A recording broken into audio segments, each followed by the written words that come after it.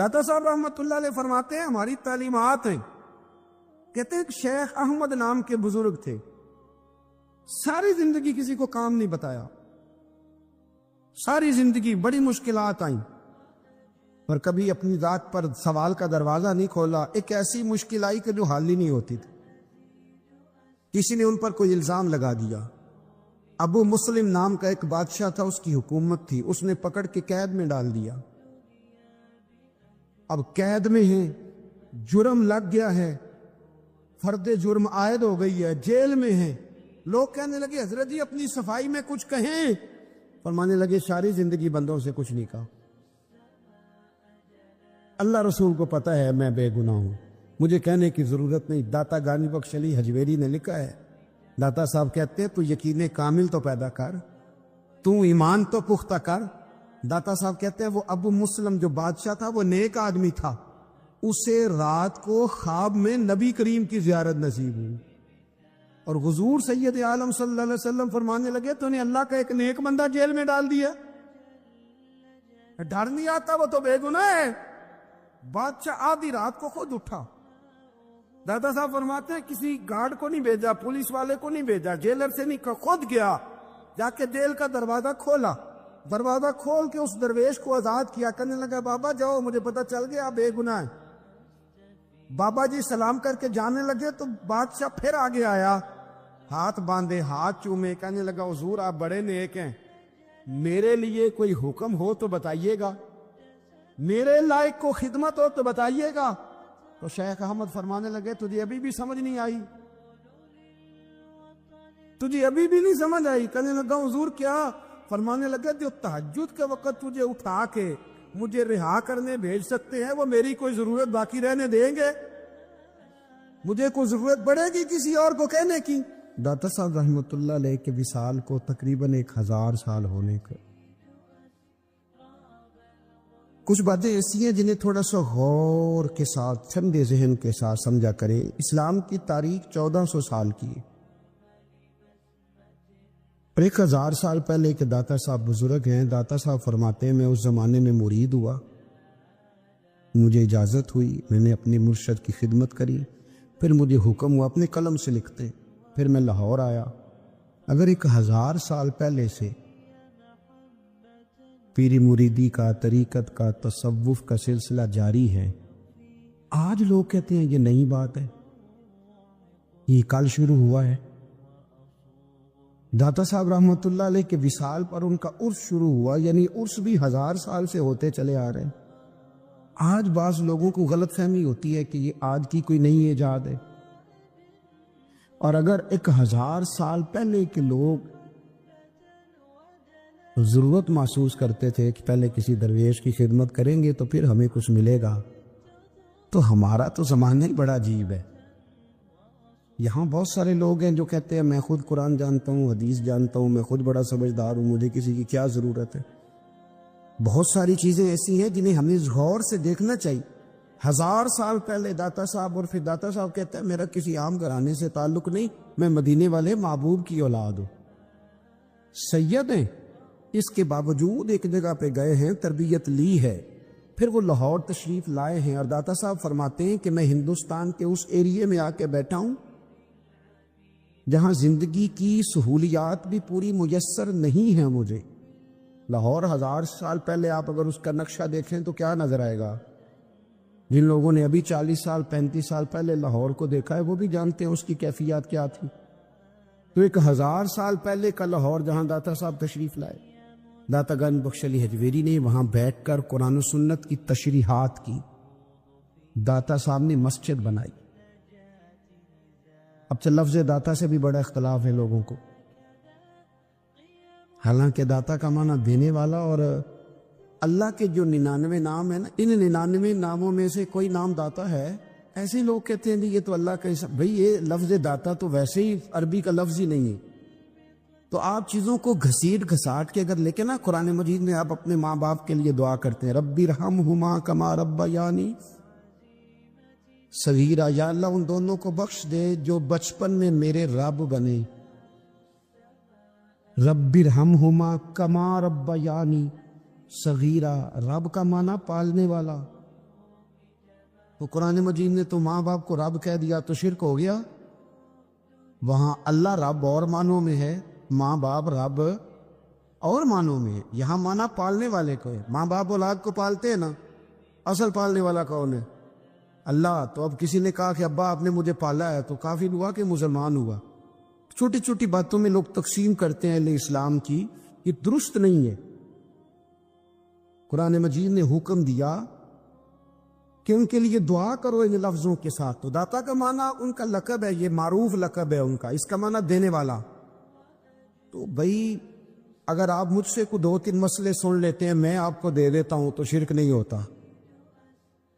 میرا استاد اگر مجھے 2-4 باتیں سکھاتا ہے تو شرک نہیں ہوتا. آپ کے اور میرے بزرگ والدین ہمیں کو 2-4 ہزار دیں، ہم ان سے مانگ لیں تو شرک؟ تو یہ اتنی زیادہ وہ معاملہ نہیں ہے. آپ اس کو سمجھے. لوگ الجھاؤ پیدا کرتے ہیں، اس الجھاؤ سے بچنا چاہیے. ہم سے بندہ مسلمان تو ہوتا کوئی نہیں، لیکن ہر جمعے کو 2-4 لاکھ کو کافر ضرور کر دیتے. جانے کب مار دے کوئی مجھے کافر کر کے، شہر کا شہر مسلمان بنا بیٹھا ہے. تو اتنا سستا نہ کرے اس چیز کو، چیزوں کو سمجھیں اور غور کریں. تو داتا صاحب رحمۃ اللہ علیہ نے قرآن و سنت کی تشریحات کی. اب ایک بات میں کہنے لگا ہوں، داتا صاحب رحمۃ اللہ علیہ، بابا فرید صاحب رحمۃ اللہ علیہ، حضرت شیخ عبد القادر جیلانی غوث پاک رضی اللہ تعالیٰ عنہ، یہ وہ بزرگ نہیں ہیں کہ جن کی تاریخ دفن ہے، جن کا کوئی پتہ نہیں کہاں سے آئے، کہاں گئے، کیا تھے، کیا کرتے تھے. یہ وہ اس طرح کے لوگ نہیں ہیں. ان لوگوں کا کلام اصل صورت میں آج بھی دنیا میں موجود ہے. بابا فرید کی تحریریں موجود ہیں، حضرت غوث پاک کی کتابیں موجود ہے، داتا گنج بخش علی اجویری کی کشف المحجوب شاید دنیا کی ہر زبان میں ملتی ہے. اب میں جو بات کہنے لگا ہوں اس پر غور کرنا. اگر کشف المحجوب آپ پڑھیں نا ساری، تو سب سے پہلے وہاں ملنگوں کا داخلہ بند ہوگا. کوئی ملنگا آپ کو نظر نہیں آئے گا، چونکہ داتا صاحب کی تعلیمات بالکل اس کے برعکس ہیں. فوری طور پر وہاں عورتوں کا داخلہ بند ہوگا، چونکہ داتا صاحب کی تعلیمات اس کے بالکل برعکس ہیں. میلے ٹھیلے یہ ساری چیزیں وہاں بند ہوں گی. یہ کوئی کہیں نہیں داتا صاحب نے کہا کہ پنڈی سے پیدل آنا بڑے بڑے جھنڈے اٹھا کے اور میرے مزار پہ حاضری دینا. داتا صاحب اس کے مخالف ہیں، اس لیے کہ وہ کوئی ایسی چیز تو نہیں کہ وہ دفن ہے. داتا علی اجویری کی تعلیمات تو لکھی ہوئی ہیں، کتاب موجود ہے، اور ہر چیز کا انہوں نے بیان کر دیا اس کے اندر. علم سے شروع ہوئے ہیں وہ، علم، عمل، فقر. داتا صاحب نے تو کھانے کے آداب بھی بیان کی. داتا صاحب نے چلنے کے آداب لکھے کشف المحجوب کے. داتا صاحب نے بولنے کا شریعت میں کیا طریقہ وہ بھی بیان فرمایا. داتا صاحب نے تو کوئی ایسی چیز نہیں ہے جو آپ کہیں کہ باہر سے لے کے جانی پڑے. مسئلہ تو یہ ہے کہ یہ جو کچھ ہو رہا ہے، ایک آدمی ان کی قبر سے پھول اٹھاتا ہے اور وہ کسی کے گلے میں ڈالتا ہے تو اس کا بھی اسے 400-500 روپیہ نظرانہ چاہیے. یہ کہاں لکھا ہے داتا صاحب نے؟ اس کتاب کا حصہ ہے. ان کے مزار کو آپ جس مرضی چیز سے غسل دیں، اور داتا صاحب نے نہیں کہا تھا کہ سندل لے کے آنا تو میری قبر کو غسل دینا. انہوں نے کہیں نہیں کہا. کیوں زیادتی کرتے ہیں مشائخ کے ساتھ؟ میرے اعلیٰ حضرت فاضل بریلوی رضی اللہ تعالیٰ عنہ سے کسی نے پوچھا تھا، ہم بڑی لوگوں کی باتیں سنتے ہیں، مزارات پہ لوگ جاتے تھے تو نفع ہوتا تھا، اب کیا بات ہوئی؟ اب اس طرح سے ہماری دعائیں مستجاب نہیں ہوتی. اعلیٰ حضرت فرمانے لگے، تم بزرگوں کے مزاروں پہ غیر شرعی کام کرتے ہو، اللہ والے تم سے ناراض ہو گئے. وہ تو تم سے ناراض ہیں، وہ تمہاری سفارش کریں گے اللہ کی بارگاہ میں، وہ تو ناراض ہیں تم سے. تم وہاں جا کے جو کچھ کرتے ہو وہ ان کو راضی کرنے والا ہے کہ ناراض کرنے والا؟ تو داتا صاحب نے تعلیم، سب سے پہلے آپ نے اسبات علم کا باب باندھا ہے، اور آیت یہ لکھی ہے پہلے، انما یخشی اللہ من عبادہ العلماء. آپ فرماتے علم ہوگا تو بندہ اللہ سے ڈرے گا. اور بڑی یہ سخت بات ہے، پر داتا صاحب نے لکھی ہے، میری مجبوری ہے، تعلیمات داتا گنج بخش موضوع ہے، یہ بات کرنی پڑے گی. داتا صاحب کہتے ہیں جو بندہ بغیر علم کے فقیری کا دعویٰ کر جائے وہ اسی طرح ہے جس طرح کنویں کے گرد بیل پانی نکالنے کے لیے گھوم رہا ہوتا ہے. وہ چلتا تو رہتا ہے پر اس کی منزل کوئی بھی نہیں ہوتی. وہ گھومتا تو رہتا ہے پر اسے نتیجہ کوئی ملتا نہیں. فرماتے وہ اس بیل کی طرح ہے کہ گھومتا تو رہے گا پر کوئی منزل اسے میسر نہیں آئے گی. اگر کوئی منزل لینا چاہتا ہے تو پہلے اللہ کی کتاب پڑھے اور مدینے والے محبوب کی حدیث یاد کرے، پھر اسے منزل نصیب ہوگی، ورنہ اس کے لیے کوئی رستہ تعین ہو سکتا۔ اور داتا صاحب نے پھر حدیث لکھی نبی کریم علیہ السلام، فرماتے کچھ علم حاصل نہیں کرتے، کچھ علم لیتے ہیں پر اس سے نفع نہیں لیتے، پتہ ہوتا ہے پر عمل نہیں کرتے۔ آپ نے حدیث لکھی ہے، نبی کریم علیہ السلام نے فرمایا اللہم انی اعوذ بک من العلم لا ینفع، اے اللہ میں اس علم سے تیری پناہ مانگتا ہوں جو علم تو ہو پر اس سے نفع نہ اٹھایا جا سکے، جو علم تو ہو پر اس پر عمل نہ ہو۔ داتا صاحب رحمۃ اللہ علیہ فرماتے ہیں علم ہمیشہ اس لیے سیکھنا کہ اللہ تبارک و تعالیٰ تمہیں اس کا نفع عطا کرے، اور پھر آگے بڑھتے ہیں تو آپ فرماتے ہیں جب علم سیکھ لو تو پھر نہ اللہ رسول سے عشق کرنا، فرماتے ہیں پھر نمازیں پڑھنا آسان ہو جائے گا،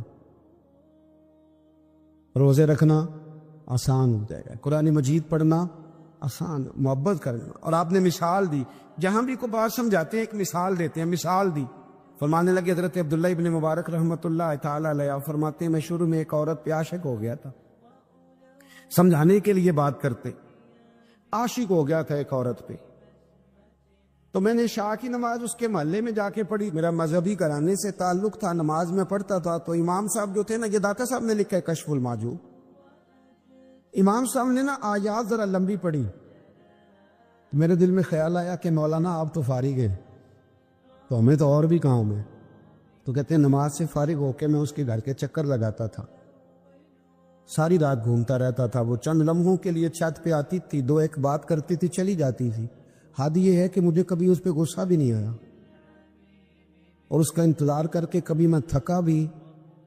یہ داتا صاحب لکھ رہے ہیں، حضرت عبداللہ ابن مبارک فرماتے ایک رات میں گیا، اسی طرح میں نے نماز پڑھی، پھر میں اس کے گھر گیا، میں ساری رات، سردیوں کی ٹھنڈی رات 11-12 گھنٹے اس کے گھر کا طواف کرتا رہا، معاذ اللہ چکر لگاتا رہا، آدھی رات کو سحری کے وقت وہ چھت پہ آئی 1 منٹ کے لیے اور کہنے لگی گھر میں مہمان بہت زیادہ ہیں، آج بات نہیں ہو سکے گی۔ حضرت عبداللہ ابن مبارک فرماتے ہیں کہ میں جب واپس لوٹا تو نہ مجھے اس پہ غصہ تھا، نہ مجھے تھکاوٹ تھی، بلکہ میرے دل کے اندر اس کے لیے محبت بڑھ رہی تھی۔ میں کہہ رہا تھا کتنی اچھی ہے بیچاری، اتنے راش میں بھی اور اتنی مجبوری میں بھی 1 منٹ کے لیے چھت پہ آئی ہے، پھر بھی مجھے اس سے پیار بڑھ رہا تھا۔ کہتے ہیں جب میں تھوڑا آگے بڑھا تو فجر کی اذان ہو رہی تھی، یکدم میرے اندر سے آواز اٹھی، میں نے کہا عبداللہ اگر تو ایک عورت کے لیے ساری رات کھڑا رہتا ہے، نہ تھکاوٹ ہوتی ہے، نہ غصہ آتا ہے، بلکہ پیار بڑھتا ہے، اگر عورت کے لیے بندہ کھڑا رہ سکتا ہے تو رب رسول کے لیے بھی کھڑا رہ سکتا ہے۔ پھر تراویح پڑھنا کوئی اتنا مشکل کام نہیں ہے، پھر تہجد کے لیے اٹھنا کوئی مشکل کام نہیں ہے، شرط یہ ہے کہ پیار ہو جائے۔ ایک عورت کے لیے اگر یہ سارا کچھ ہو سکتا ہے تو اللہ رسول کے لیے بھی ہو سکتے ہیں۔ فرماتے میں نے توبہ کر لی، اور پھر میرا حال یہ ہے کہ وہ توبہ کی اور پھر 60 سال گزر گئے، ساری رات مصلی پہ کھڑا رہتا ہوں، مجھے کبھی تھکاوٹ نہیں ہوئی، پھر کبھی تھکاوٹ نہیں ہوئی۔ تو داتا صاحب کہتے ہیں پہلے علم سیکھ، پھر اس کے بعد اللہ رسول سے پیار کر، اور پیار والی نماز پڑھ، مشقت والی نہ پڑھ، یعنی بوجھ والی نہ پڑھ کہ میری جان چھوٹ جائے تو میں بھاگ کے جاؤں، تم ادھر بیٹھو تو میں دوڑ کے نماز پڑھ کے آیا، یہ والی نماز نہ پڑھ۔ پھر تو آیا تو پھر ذوق پیدا کر، پھر تیرے اندر شوق ہو، پھر تو توانائی والا جذبہ رکھے دین کے معاملے میں۔ پھر داتا صاحب ایک تیسری بات ارشاد فرماتے، ایک تیسری بات داتا صاحب کرتے ہیں، داتا صاحب کہتے ہیں کہ یہ یاد رکھ کہ جو تجھے اعزاز ملے گا نا زندگی میں، اعزاز تجھے جو زندگی میں ملے گا، اور کوئی کرامت اگر تجھے ملے گی تو وہ صرف نبی پاک علیہ السلام کی سنت اور شریعت کی وجہ سے ملے۔ تو جتنے مرضی چلے کاٹ لے، وظیفے کر لے، کالا جادو، نیلا جادو، پیلا جادو، جو مرضی تو سیکھ لے، اگر تجھے کوئی اللہ شان دے گا تو صرف اس لیے دے گا کہ تو نبی پاک کے دین پہ عمل کرتا ہے۔ اللہ کرے آپ کو میں یاد کرا سکوں، اللہ کرے ایسا ہو جائے اور میری جماعت سمجھنے لگ جائے کہ داتا صاحب کہتے ہیں سنت شریعت پہ عمل کرنا چاہیے، اور میں کوئی ایسی چھپی چھپائی بات بھی نہیں کر رہا۔ کشف المحجوب دنیا کی ہر زبان میں اردو میں ملتی ہے، آپ لے کے دیکھ سکتے ہیں۔ داتا صاحب فرماتے اعزاز جو تمہیں ملے گا نا، اگر شان چاہتے ہو وہ ہمارے نا بہت سارے ایسے لوگ ہیں جو کہتے ہیں کوئی ایسی چیز ہاتھ لگے، اعلیٰ دین کا چراغ ایسے گھسایا جائے اور فوری طور پہ پیر صاحب نے کہہ دیا تو ریل پیل ہو گئی پیسوں کی. تو میں کہتا ہوں یہ تو دین کا مزاج ہی نہیں، یہ تو دین کی طبیعت ہے ہی نہیں، یہ تو ذوق ہی نہیں دین کا، یہ طبیعت ہی نہیں، مزاج ہی نہیں. میرے عزیز داتا علی اجویری رحمۃ اللہ علیہ فرماتے تو سنت پہ عمل کر، شریعت پہ عمل کر. اللہ کا قرآن کہتا ہے قل ان کنتم تحبون اللہ فاتبعونی یحببکم اللہ. فرمایا اللہ کا قرآن کہتا ہے کہ جب تو نبی کریم کی غلامی کرے گا نا تو اللہ خود تمہیں اپنا محبوب بنا لے گا. بنی اسرائیل میں ایک شخص تھا، امام غزالی رحمۃ اللہ علیہ فرماتے ہیں اس کا دل چاہا کہ پتہ تو کروں جنت میں میرا پڑوسی کون ہوگا. اس کو خواب میں بتایا گیا کہ فلاں بن فلاں تیرا جنت میں پڑوسی ہے. اب یہ بڑا عابد تھا، زاہد تھا، عبادت گزار تھا، پرہیزگار، بڑا نیک تھا، بڑا پرہیزگار. یہ سفر کر کے اس کے پاس گیا، اس کو جا کے کہنے لگا میں تیرا مہمان نہ بن جاؤں، 2-3 دن کا بن جاؤ. کہتے میں 3 دن اس کے ساتھ رہا، میں اس سے زیادہ نوافل پڑھتا تھا، زیادہ صدقات و خیرات کرتا تھا، زیادہ عبادات کرتا تھا، وہ تو میرے مقابلے میں کچھ بھی نہیں. 3 دن کے بعد میں آنے لگا تو میں نے اس کو کہا یار میں ایک مقصد کے لیے آیا تھا تیرے پاس. اس نے کہا بتائیے. میں نے کہا کہ میرا آنے کا مقصد یہ تھا کہ میں دیکھوں تو کون سی ایسی عبادت کرتا ہے کہ جنت میں تو میرا پڑوسی بنے گا. لیکن تیری عبادات ریاضت میں تکبر نہیں کرتا، لیکن میں نے کوئی خاص چیز دیکھی نہیں، کوئی خاص بات ہے تو مجھے بتا دے. تو بندہ کہنے لگا کوئی خاص بات نہیں، ہاں ایک چھوٹی سی عادت ہے میرے اندر، چھوٹی سی عادت. بڑے لوگ کبھی بھی اپنی باتوں کو بڑا نہیں سمجھتے. کہ ایک چھوٹی سی عادت ہے. کہ وہ کون سی؟ تو وہ کہنے لگا اگر شدید گرمی ہو نا تو میں نے اپنے رب سے کبھی سردی نہیں مانگی، اور کبھی برف جمی ہو نا گلیوں میں تو میں نے اپنے رب سے کبھی گرمی نہیں مانگی. میں سمجھتا ہوں میرا رب مجھے دیتا ہی وہ ہے جو میرے حق میں بڑا بہتر ہوتا. یہ ایک میری چھوٹی سی عادت ہے کہ کڑاکے کی دھوپ میں نے کبھی مالک سے سائے کا سوال نہیں کیا، اور اگر تیز بارش ہو رہی ہو تو میں نے کبھی یہ نہیں کہا کہ بارش نہیں ہونی چاہیے تھی، کیا بنے گا فلاں چیز کا. میں سمجھتا ہوں جو بہتر تھا اللہ نے وہی دے دیا ہے تو میں مطمئن رہتا ہوں. تو عابد وہ نیک آدمی وہ اللہ کے ولی کہنے لگے اسے چھوٹی سی عادت نہ بتا، تیری یہ وہ عادت ہے جس کی وجہ سے رب تجھ سے راضی ہو گیا ہے، اللہ تجھ سے راضی ہے تیری اس عادت کی بنا پر. جب ہمارے مزاج میں یہ چیزیں آ جائیں گی نا کہ جو میرے حق میں بہتر تھا مالک نے مجھے وہ دے دیا ہے، پھر ہم ہر جگہ بیچنے کی تمنا نہیں کریں گے، پھر سامنے والے سے ہم حسد نہیں کریں گے، پھر ہم یہ نہیں چاہیں گے کہ اللہ کرے وہ مر جائے اور اس کی ہر چیز مجھے مل جائے. پھر ہمارا مزاج پھر ہماری طبیعت یہ نہیں رہے. اللہ کی رضا پہ راضی رہے، مالک کے فیصلوں میں اپنے دل میں کوئی بوجھ محسوس نہ کرے. اپنی زندگی اللہ کے فیصلوں دیکھیں نا، جو ماں باپ اللہ نے بڑے اچھے سمجھے وہ ہمارے لیے پسند کی، وہ اللہ نے ہمارے لیے جو اس نے ہمارے حق میں بڑے، جو بہن بھائی اللہ کرے آپ کو سمجھ آئے، جو بہن بھائی اس نے ہمارے حق میں بڑے اچھے سمجھے وہی بہن بھائی اس نے ہمیں عطا کیے. جس بیوی کو اس نے ہمارے گھر کے گلشن میں بہتر سمجھا اس کو لا کے اس نے ہمارے آنگن میں بٹھایا، اور جو اولاد اس نے ہمارے لیے باعث افتخار سمجھی وہ اولاد اس نے ہمیں عطا فرمائی. حضرت نوح علیہ السلام کا بیٹا کافر ہو گیا، پر کسی جگہ انہوں نے شکوہ نہیں کیا کہ مالک یہ کافر کیوں ہوا. اللہ کے قبضے میں ہے نا دل، پھیر سکتا ہے نا، مقلب القلوب ہے. لیکن حضرت نوح نے دعا اللہ کی رضا پر راضی رہے، اپنا مزاج بدلے، تاکہ معاشرے میں یہ جو گھٹن ہے، یہ جو ٹینشن ہے، یہ جو جھگڑا ہے، یہ جو چھینا چھانی ہے، یہ جو ایک دوسرے پر لوگوں کی نظریں ترچھی ہیں، یہ ختم ہو. سمجھو کہ میرے حق میں جو بہتر تھا مالک نے وہ چیز مجھے عطا کر دی. میں اکثر کہتا ہوں اپنے دوستوں کو، میں کہتا ہوں مجھے ایسے لگتا ہے جو سب سے اچھے ماں باپ تھے وہ اللہ نے مجھے عطا فرمایا، اور جو سب سے بہترین اساتذہ تھے نا ان کا دروازہ اللہ نے مجھے عطا فرمایا، اور جو جس شیخ جس پیر کو اللہ نے سب سے زیادہ شان عطا فرمائی اس کا دروازہ اللہ نے مجھے دکھایا. اور اس کے بعد اتنے تابع دار شاگرد میں نے کسی کے نہیں دیکھے جتنے مجھے ملے، اور اتنے وفادار پیر بھائی اور مرید میں نے کسی کے نہیں دیکھے جتنے مجھے ملے. میں اس بات پر، اور میں بات اس لیے نہیں کر رہا، میں آپ کو دل کی گہرائی سے بات بتا رہا ہوں کہ یہ عنوان زندگی ہے، یہ روح زندگی ہے۔ میں کبھی کبھی بڑے ناز کے ساتھ سجدہ شکر ادا کرتا ہوں کہ ایک بہت بڑا خوش نصیب شخص ہوں۔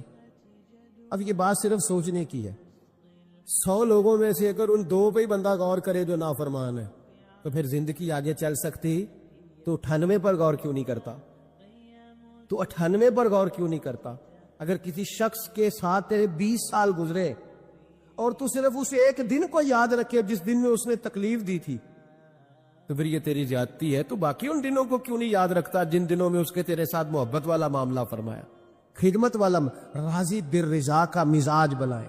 یہ مسلمان کے ایمان کا حسن ہے، یہ مسلمان کے کردار کا کمال ہے، یہ مسلمان کی سوچ کا بلند معیار ہے، یہ مسلمان کا اعلیٰ مقام ہے۔ حضرت عبداللہ ابن عمر کا بیٹا بیمار ہو گیا، بڑے پیارے ہوتے ہیں نا بیٹے، آپ بڑے پریشان تھے، شدید پریشان۔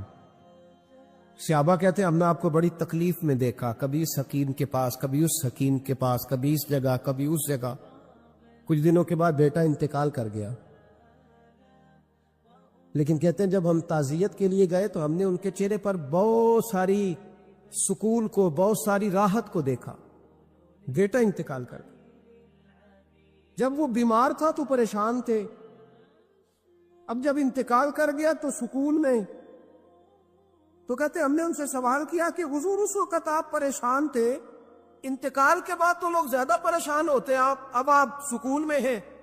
تو آپ فرمانے لگے جب تک میری ڈیوٹی تھی میں پریشان تھا، خدمت کر رہا تھا، نوکری کر رہا تھا، اب میں اسے اس کے پاس چھوڑ آیا ہوں جو مجھ سے بہت زیادہ اس کا خیال رکھنے والا ہے، جو مجھ سے کئی ہزار گنا بڑھ کے اس پر توجہ کرنے والا ہے۔ اب مجھے پریشانی، اب میرا کریم مجھ سے کہیں بڑھ کر اس کا خیال رکھے گا، اسے سکون دے گا، اسے راحت دے گا، اور میں اپنے رب کے فیصلے پر بڑا راضی ہوں۔ اس نے جو بہتر سمجھا اس نے میرے حق میں وہ فیصلہ۔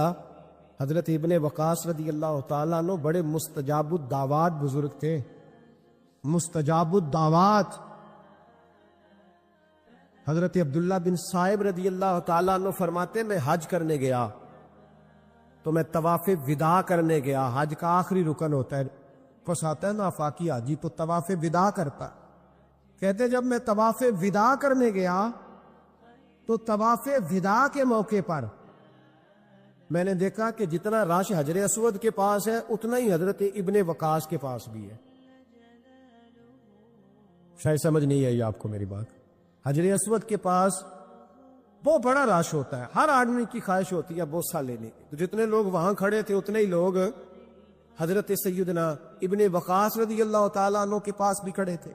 تو کہتے میں بڑا مجھے تعجب ہوا، عبداللہ بن صاحب کہتے میں بھی ان کے پاس جا کے بیٹھ گیا تو میں نے دیکھا کہ وہ نابینا ہے، آنکھوں سے نظر نہیں آتا، لوگ ان کے پاس دعائیں کرانے آ رہے ہیں، اور فرماتے میں نے عجیب حال دیکھا، بیمار ترین شخص ان کے سامنے آ کے بیٹھا، حضور میرے لیے دعا کر دیں۔ تو فرماتے انہوں نے دعا کے لیے ہاتھ اٹھائے تو وہیں اسی وقت میں نے دیکھا اللہ نے اس بندے کو شفا فرمایا۔ میں نے دیکھا مقروض دعا کرا رہے ہیں، بیمار، بے اولاد، جو بھی دعا ان سے کراتا اللہ اس کی حاجت کو پورا فرما دیتا۔ حضرت عبداللہ بن صاحب کہتے ہیں میں شام تک بیٹھا رہا، ہر نماز کے بعد رش ہوتا، میں دیکھتا رہا، فرماتے ہیں شام ہو گئی، لوگ دعائیں کرا کے چلے گئے۔ جب مغرب کا وقت ہوا تو نابینا تھے، پھر بھی مجھ سے کہنے لگے عبداللہ ساری دنیا نے دعائیں کرائی ہیں، تو نے نہیں کرانی؟ تو صبح سے بیٹھا ہے بس دیکھے ہی جا رہا ہے، تو نے نہیں کوئی دعا کرانی؟ تو کہتے ہیں میں نے کہا حضور میں نے دعا نہیں کرانی، ایک سوال پوچھنا ہے۔ تو فرمانے لگے پوچھو۔ تو میں نے کہا حضور سارا زمانہ جو دعا کراتا ہے اور اللہ آپ کی قبول کرتا ہے، تو ایک دعا آپ اپنے لیے بھی کر لیں، اللہ آپ کو آنکھیں عطا فرما دے۔ مالک جو قبول کر رہا ہے تو ایک کر لے اپنے لیے بھی۔ میں گڈی تے ہتھ ڈور سجن دے، او جنج رکھے اونج رہنا ہے، او جنج رکھے اونج رہنا ہے، واجب نہیں جے وچ شریعت مندہ خصم نو کہنا۔ کہنے لگے ایک دعا اپنے لیے بھی کر لیں۔ کہتے ہیں جب میں نے یہ کہا تو بن وقاص رو پڑے، اتنا روئے کہ ان کی ہجکی بند گئی۔ کہنے لگے نا جب تک رب نے چاہا اس نے مجھے آنکھیں دی، اور اب اس نے بہتر سمجھا کہ میری آنکھیں نہ رہے، تو اس نے جو بہتر سمجھا میرے لیے کر دیا۔ میرا مالک میرے حال سے آگاہ ہے، اور میرے مالک کی حکمت ہے، اس نے مجھے جس حال میں رکھا ہے، اور فرمایا اگر اس نے مجھے اس حال میں رکھا ہے تو میں بھی اس حال پہ بڑا ہی راضی ہوں۔ میں اپنے مالک کے دیے ہوئے اس حال پر بڑا مسلمان یہ سمجھ لے، اس پیغام کو پلے کے ساتھ باندھ لے۔ اگر اس نے جلد بازی دکھانی ہے، اگر اس نے بے راہ روی کرنی ہے، اگر اس نے اللہ تبارک و تعالیٰ کے فیصلوں میں مداخلت کرنی ہے، پھر یہ تو ممکن ہی نہیں۔ یہ ہو سکتا اس لیے کہ اس کی لگامیں کسی اور کے پاس ہے، اس کے فیصلوں کا اختیار کسی اور کے پاس ہے۔ اپنے آپ کو اپنے مالک رضی اللہ عنہم ورضوا عنہ ذالک الفوز العظیم، اللہ فرماتے ہیں میں ان سے راضی ہوں، وہ مجھ سے راضی ہیں، اور یہ بہت بڑی کامیاب۔ اپنی زندگی میں اللہ کے فیصلوں پر راضی ہونا سیکھیں، راضی ہونا سیکھیں۔ رب کریم کے فیصلوں پہ راضی ہونے کی عادت بنے گی تو ایمان مضبوط ہوگا۔ حضرت ابو بکر صدیق نے پانی مانگا تو لوگوں نے دودھ دیا، فرمایا پیچھے کرو۔ ابو بکر نے نعمتیں چھوڑ دیے۔ اب ابو بکر وہ والا کام کرتا ہے جو رسول پاک نے کیا ہے، فرمایا نہ دودھ شاید پیش نہ کرو، جو مانگتا ہوں بس وہ دو۔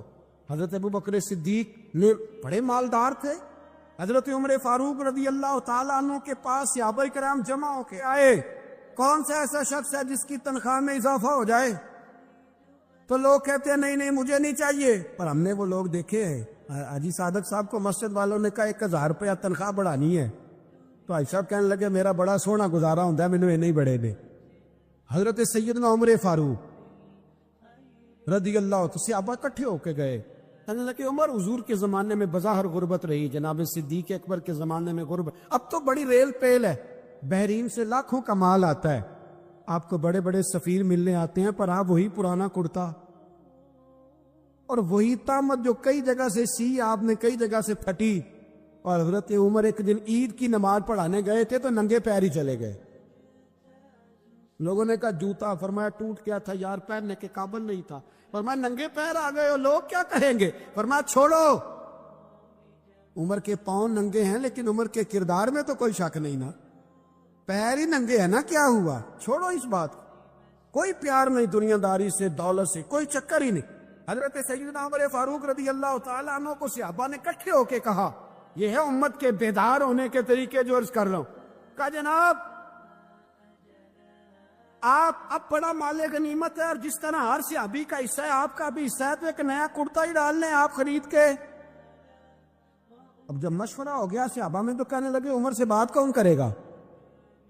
نیا کرتا پہننے کی عمر سے بات کس کو برا لگتا ہے جی؟ نیا کرتا کون بات کرے گا؟ حضرت سیدنا علی المرتضیٰ کا انتخاب ہوا، کہنے لگے مولا علی کی بڑی عزت کرتے ہیں، ان سے بڑا پیار کرتے ہیں، ان سے بات کرتے۔ تو حضرت علی کو بلایا گیا، عرض کی حضور مہربانی فرمائیں، حضرت عمر سے کہے نئے کرتے کے لیے۔ آپ فرمانے لگے عمر میری بڑی قدر کرتا ہے، بڑی بات سنتا ہے، پر یہ والا کام نہیں میں عمر سے کہہ سکتا، یہ کسی اور سے کہو۔ تو کہنے لگے آپ رہنمائی کر دے، کس کو کہیں؟ تو جناب علی المرتضیٰ فرمانے لگے اگر حضرت عائشہ صدیقہ سے کہو گے تو عمر فوراً مان جائے گا، وہ مومنوں کی ماں ہیں۔ صحابہ حضرت عائشہ کے پاس، اماں جی عمر کو بلائیں، ان کو کہیں بڑے بڑے سفیر آئے ہوتے ہیں، وہی پرانے کپڑے پہن کے بیٹھ جاتے ہیں۔ اللہ اکبر۔ حضرت عائشہ نے پیغام بھیجا، فرمایا عمر کو بلاؤ۔ عمر فاروق دوڑے ہوئے آئے، پردے کے پیچھے حضرت عائشہ کے پاس گھٹنوں کے بل، اماں جی دیر تو نہیں کر آیا میں آنے میں؟ حکم ہو، حضور کے گھر سے پیغام آیا، بڑے بڑے سفیروں کو چھوڑ کے بھاگے۔ حضرت عائشہ صدیقہ کہنے لگی عمر دیکھو جائز پیسے ہوں تو اسلام اچھے لباس سے منع نہیں کرتا، اب بڑا بڑا مال آیا ہے، اب تیرا بھی حصہ ہے، تو صحابہ کرام کی خواہش ہے کہ نیا کرتا پہن لو، بڑے بڑے سفیر آتے ہیں، حرج بھی کوئی نہیں، جائز بھی ہے، کوئی منع نہیں۔ حضرت عمر نے گردن جھکا، جی اماں جی، جی اماں جی، جی اماں جی۔ حضرت عائشہ کہتی ہیں بات ختم ہوئی، عمر نے گردن اٹھائی تو عمر کی داڑھی آنسوؤں سے